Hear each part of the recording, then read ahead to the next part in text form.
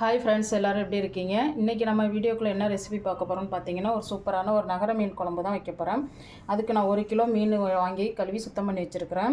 இப்போ அதுக்கு தேவையானது என்னென்னு பார்த்தீங்கன்னா, 50 கிராம் புளி எடுத்து நான் கரைச்சி வச்சுருக்கிறேன். அதுக்கு தேவையான குழம்பு மிளகாத்தூள் இது வீட்டில் அரைச்சது தான். அப்புறம் பார்த்தீங்கன்னா, தாளிக்கிறதுக்கு ஒரு சின்ன வெங்காயம் ஒரு 50 கிராம் அளவுக்கு எடுத்து கட் பண்ணி வச்சுருக்கிறேன். ஒரு 5-6 பூண்டு பல், ஒரு 4-5 பச்சை மிளகாய், 2 தக்காளி, கொஞ்சம் கருவேப்பிலை எடுத்து வச்சுருக்கேன்.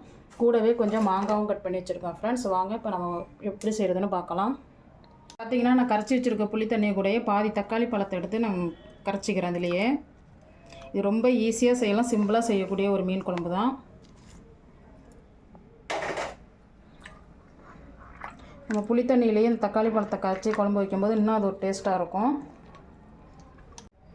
இப்போ நம்ம தக்காளி நல்லா கரைச்சாச்சு. அது கூடவே நம்ம குழம்பு மிளகாத்தூள் சேர்த்துக்கலாம். நான் எடுத்து வச்சுருக்க குழம்பு மிளகாத்தூளை அது கூடவே சேர்த்து கரைச்சிக்கிறேன்.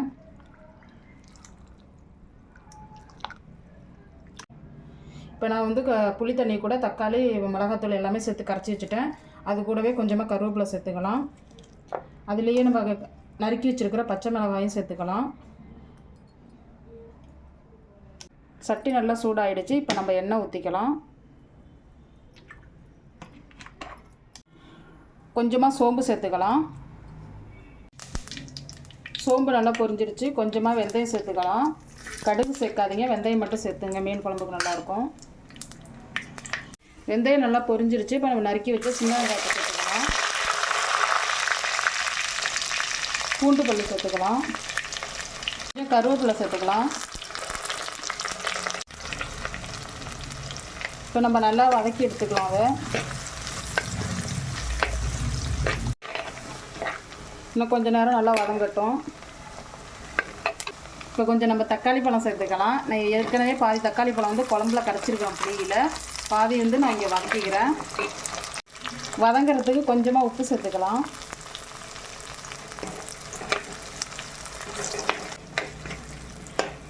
பாருங்கள், வெங்காயம் தக்காளி எல்லாமே நல்லா வதங்கிடுச்சு. இப்போ நம்ம அது கூடவே 1 டீஸ்பூன் அளவுக்கு வத்தப்பொடி சேர்த்துக்கலாம், தனி மிளகாத்தூள்.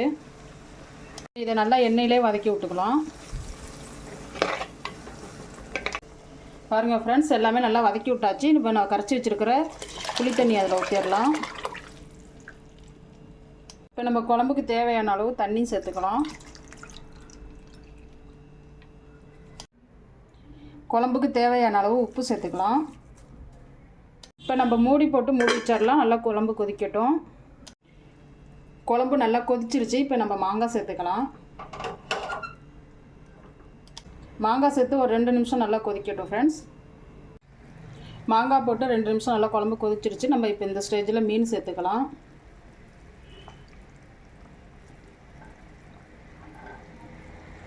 இப்போ மீன் எல்லாம் நம்ம சேர்த்தாச்சு. குழம்புல லைட்டாக அப்படி கிண்டி விட்டுக்கலாம்.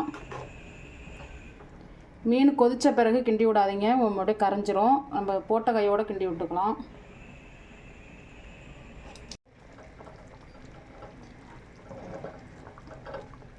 அவ்வளோதான் ஃப்ரெண்ட்ஸ், பாருங்கள், செம்ம சூப்பராக நகர மீன் குழம்பு ரெடி ஆகிடுச்சு. பாருங்கள், நகர மீன் பாருங்கள், எல்லாமே உடையில நல்லாவும் வெந்திருக்கு. இங்கே பாருங்கள், செம்ம சூப்பராக இருக்குது.